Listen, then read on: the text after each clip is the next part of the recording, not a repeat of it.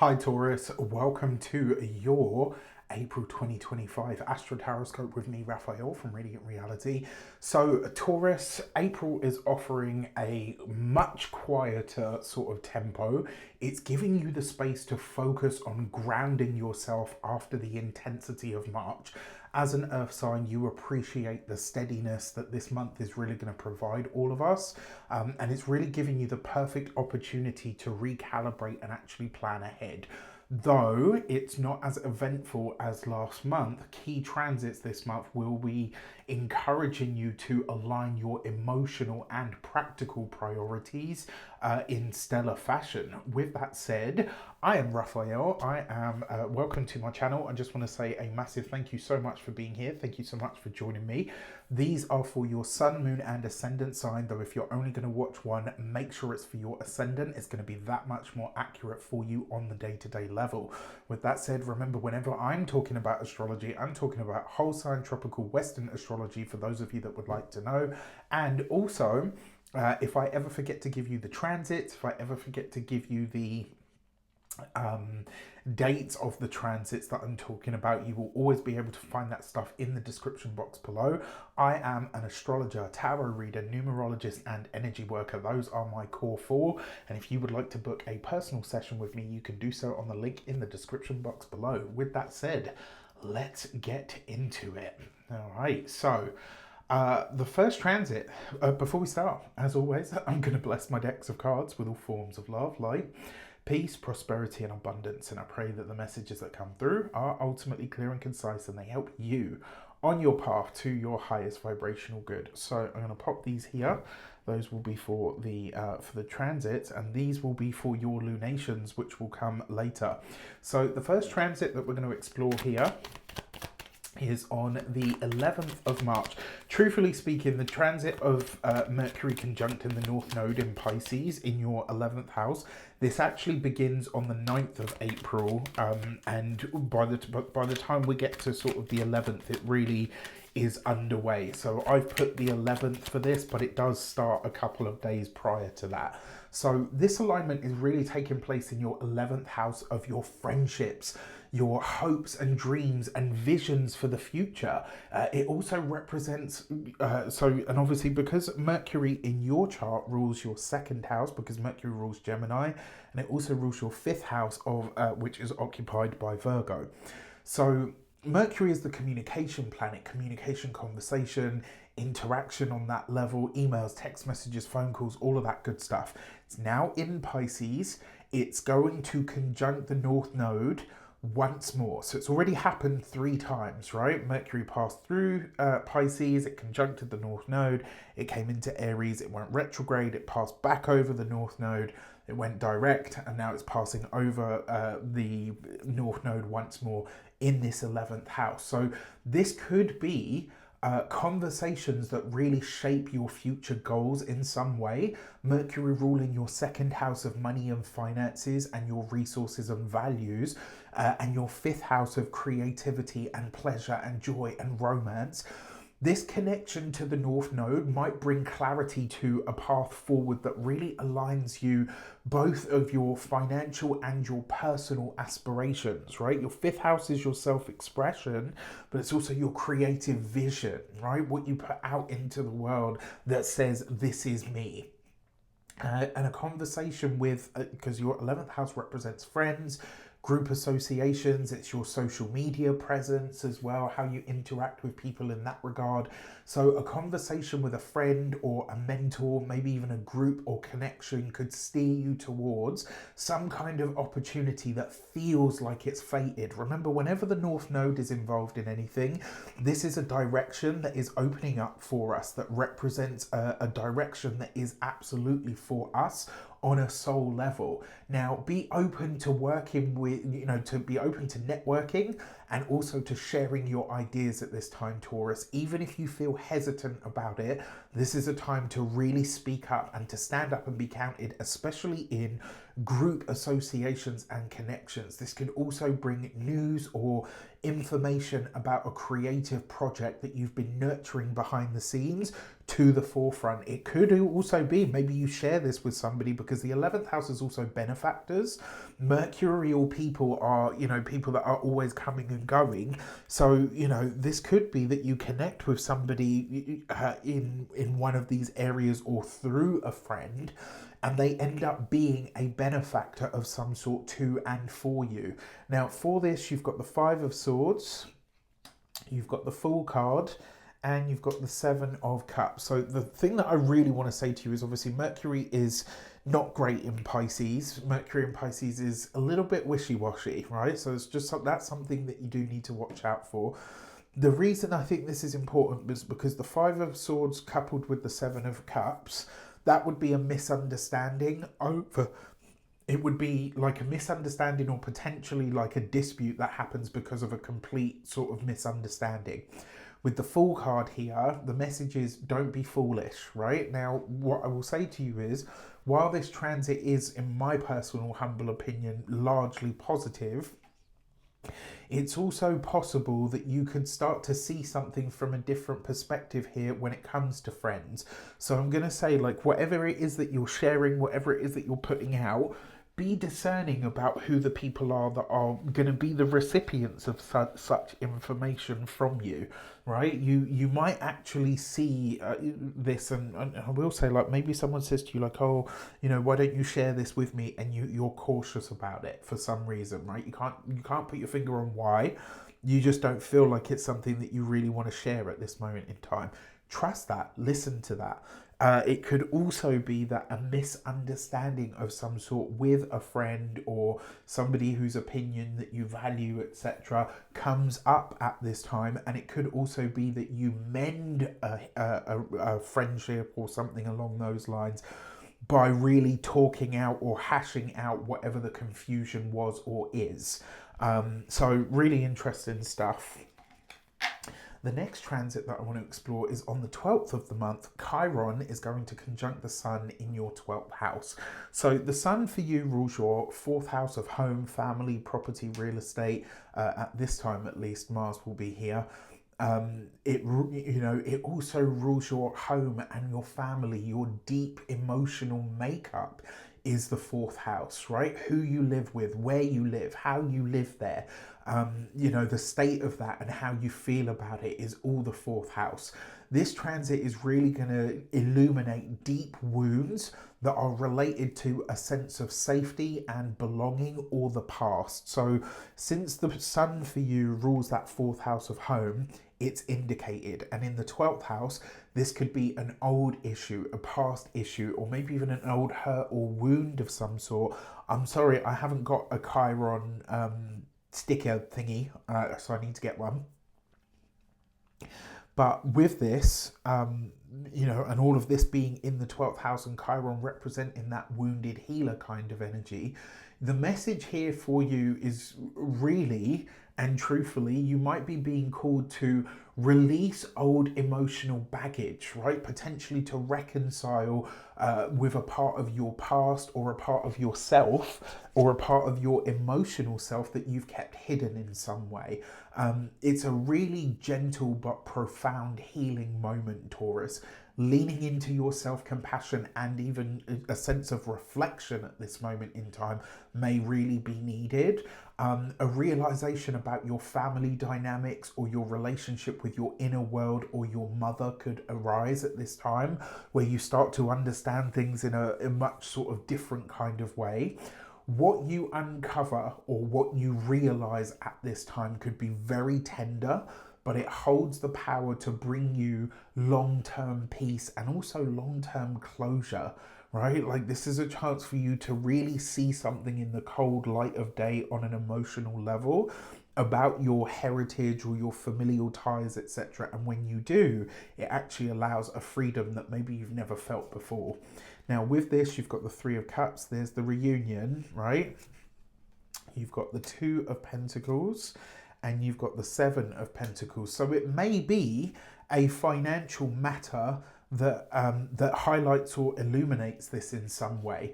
It may also be that there's something that you are able to do now, or something that you go ahead and sort of move towards creating or having for yourself, and a family member says, oh, you know, basically there could be some envy or some jealousy around at this time. And if that is the case, I think it's going to unspool something in your mind where you see things in a really clear light around a certain family member, dynamic, you know, living situation, etc. And it's like, once you see it, you're not able to unsee it. It kind of gives you moment for pause where you look at things and you say, wow, you know what, like, first of all, you know, it's not, you know, it doesn't feel good to be on the receiving end of this, but actually you see your family and your upbringing and your heritage in a very different light. And it potentially allows you to not judge, but to really look at that and say, like, wow, okay, you know what, I surpassed that already. And sadly, you know, you or someone else, etc., hasn't been able to overcome it. That doesn't mean that I have to still embody those things, right? It's about what you're investing your time and effort into. And this may happen through a very practical thing. So it might be there's something that you're able to buy, something that you're able to do with the home that's really wonderful, that's, you know, fantastic for you and makes you feel really good. And all of a sudden, like, a family member or somebody that you're tied to or have been tied to emotionally just absolutely tears a stripe off you. It's coming from a place of jealousy within them. And it really, for you, you might look at this and be like, wow, okay, this helps me understand my whole family dynamic that much more. And I now know that I'm ready to move beyond it, you know, even further. On the 15th of April, so I don't usually use the moon in these, because the moon is such a fleeting transit. However, this one is, I think, quite important, because Luna's going to be in Scorpio on the 15th of April. Luna's going to be in Scorpio. Mars is going to be in Cancer. So Mars and Luna are in what we call a mutual reception. Mars in Cancer is in the moon sign. And the moon in Scorpio is in Mars's sign, and all of these two energies are going to be trying to the energies in the sign of Pisces. This is a pretty big deal because it's what we call a grand water trine. This for you is happening across the 3rd, the 7th, and the 11th houses. These are social houses. These are communicative and interactive houses. These are busy houses. These are relational houses in some way, shape, or form. Now, this grand water trine allows or weaves emotional harmony through your relationships and your social connections, where, you know, just like literally days before, maybe you're feeling all of that family stuff, and here this grand water trine allows you to move past it. The moon in Scorpio activate in your 7th house of relationships and partnerships and contracts and one-to-one connections. Mars in Cancer is really supporting your communication in your 3rd house of communications, conversations, pacts, promises, your daily work, your skill set. And Mars is making you really sort of active in this place where your mind has probably been going through, well, you know, I mean, we've all been going through it with Mars in Cancer in one area of life, right? And for you, this has been in the mind. So it may have been that there is some kind of change of mind, right? And now, as it's coming through this grand trine with both, with the sun, with the moon, and then Saturn and Venus and Mercury, there's a time here, right, where you're about to really open your heart. And because all of this stuff in the 11th house, there's support here, right? This is a time for you to really open your heart. And whether you're nurturing a close relationship or partnership, collaborating with a team, strengthening your friendships, emotional flow, connection and emotional flow, and, you know, it will unfold naturally at this time. It's also a really perfect time for you to communicate your feelings with courage and authenticity about what you really feel, And more importantly, what you share at this moment in time could really help you deepen the trust in your relationship. It could help you build stronger friendships or partnerships moving forward. And it could also see you feeling like maybe just feeling braver because you've shared something or sort of put something out there that maybe makes you a little bit vulnerable to verbalize that. For this, you've got the High Priestess. So I think there will be something that you share that's very deep. You've got this with the Two of Swords, wow, and you've got this with the Ace of Pentacles. So I'm going to tell you straight up, the 15th of April, go to a psychic, right? That combination there represents what we call a true psychic. So my advice to you would be go to a psychic, and it doesn't have to just be a psychic. It can be a medium, it could be a psychic, it could be a tarot reader, astrologer, numerologist, anybody that's sort of in any of these sort of esoteric, sort of spiritual, intuitive, let's say, fields, right? So it doesn't have to be with me, it could be with anybody, right? I don't care who it is, just as long as you use the energy, because that combination in tarot it's not one that comes up very often. And then you've got this with the Ace of Pentacles, which means that something that is shared with you at this moment in time could end up being a very lucrative, important piece of information about your home and your living situation, but also about your work and your finances. So really, really powerful stuff here. On the 18th of the month, Mars is going to re-enter Leo. We can all breathe a collective sigh of relief because this is good news, right? Mars shifting back into the fourth house. Okay, so it's not easy because it's the fourth house, and the fourth house, unfortunately, is still very Cancerian energy. However, it is Mars in the sign of Leo, where it understands this energy and is able to bring its own qualities forward that much better. Mars shifting back into Leo, activating that fourth house for you of home, family, and your emotional foundations. It's really, in a lot of ways, it's bringing a fiery and action-orientated energy to your domestic life. This could be anything from a move to repairs that you're having done on the home. You might feel motivated to tackle any DIY. I mean, I personally love Mars in the fourth for that.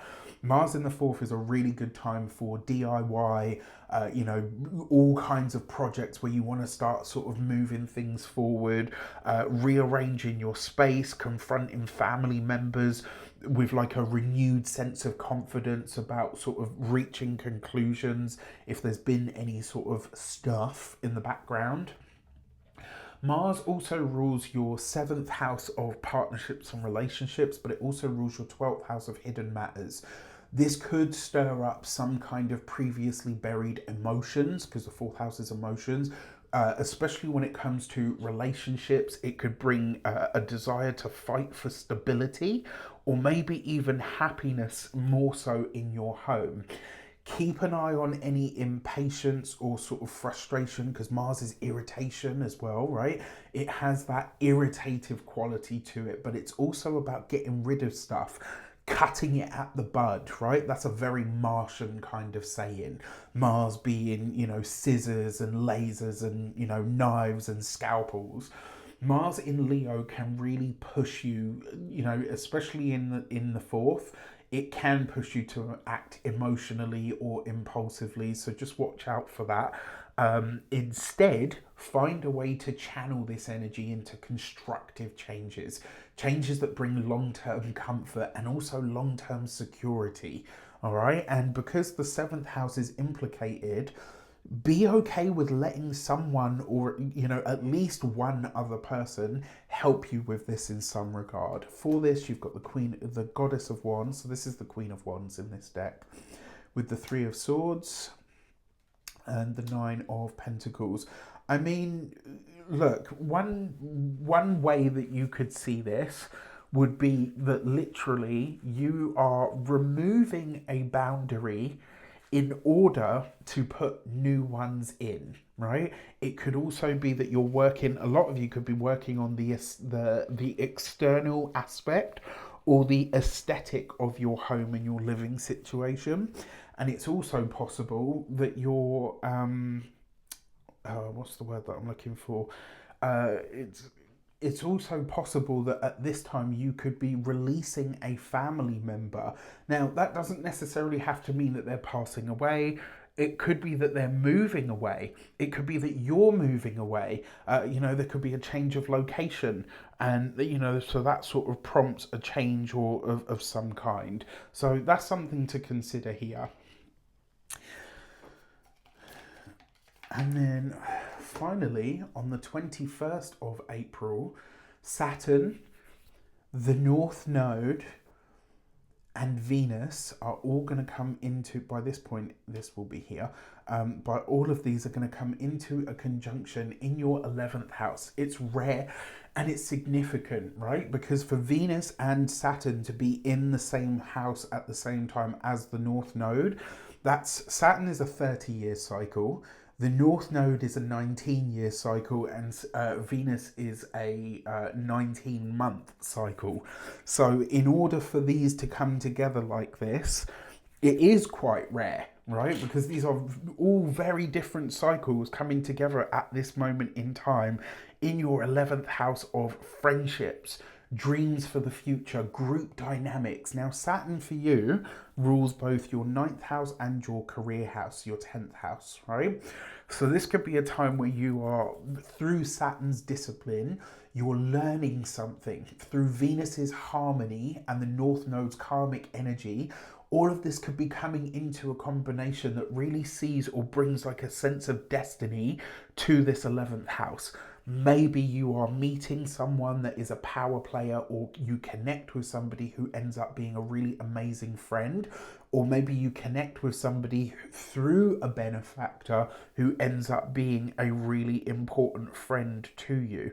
If you've been feeling sort of unsupported in your goals, this transit is really going to bring a change of momentum. You're going to feel that, right? Someone in your circle might really step forward to help or to guide or to mentor, and maybe even to invest, right, financially into your vision in some way. Trust that the connections that you're making now will absolutely have an impactful, like a meaningful impact on your future in some regard. For this, you've got the 8 of Wands. Pay attention to all the messages that are coming in at this time. You've got the Death card, and you've got the 6 of Pentacles. So one of the ways that this could show up is, and this could be like a double hitter. So it could be that someone comes in and they say, yeah, you know what, I absolutely want to help you, or we should collaborate, or whatever the case might be, and that person pulls out, and then all of a sudden a next person comes in. It could also be that you are having that you're gaining some kind of insight or information from somebody who lives at a distance from you, about what feels like a karmic debt that has been paid. So it's kind of like something could come to a close at this time, and you might sort of hear this and think, wow, you know what, that actually gives me exactly what I need in order to move forward. So, it's a really interesting one, because the cards and the stars are, in this regard, they're not really aligned. This suggests that there's something here to be released, and the astrology of it is saying that something is coming in. So it's kind of like a dual transit at this point, I guess, right? Really interesting stuff. Okay, so on the 13th of the month, we're going to have a full moon in the sign of Libra. That for you is in your 6th house of your oh my gosh, come on brain. You're going to have, this will be in your 6th house of your day-to-day work, your habits, your patterns, your routines. Remember, the 6th house is also the drudgery, right? It's the stuff that we have to do. It's the maintenance that we have to do in order to have or to experience what we would like. And also to maintain, right? To keep what we want. The maintenance is what we have to do. And a full moon in this sector is going to highlight to you where your routines are both working and not working. If there are any gaps this is going to be revealed to you. But you have Libra in this space, which means finding someone to help you with the shortcomings and also help you fill the gaps should be easy, right? For this, you've got the gate 52 and stillness. So you're being encouraged to kind of just really sit still and listen, right? This is a time, that full moon is a time for you to listen to your body, right? Not just in terms of your physical health and vitality, because that's what the sixth house represents, but it's also a time for you to really listen to your body as to what the direction is that you should be going at this moment in time. And then on the 27th of the month, we've got a new moon in the sign of Taurus, which will be here in your sign, right? This is your annual new moon. So whatever you set into motion at this time, you'll be collecting in around 6 months, around November time. And for this, you've got the gate 7 and discipline. So this really and truthfully, this Taurus new moon, my dear Taurus, your annual new moon, is a time for you to really dig in, right? Like this is a time where you have to really show up.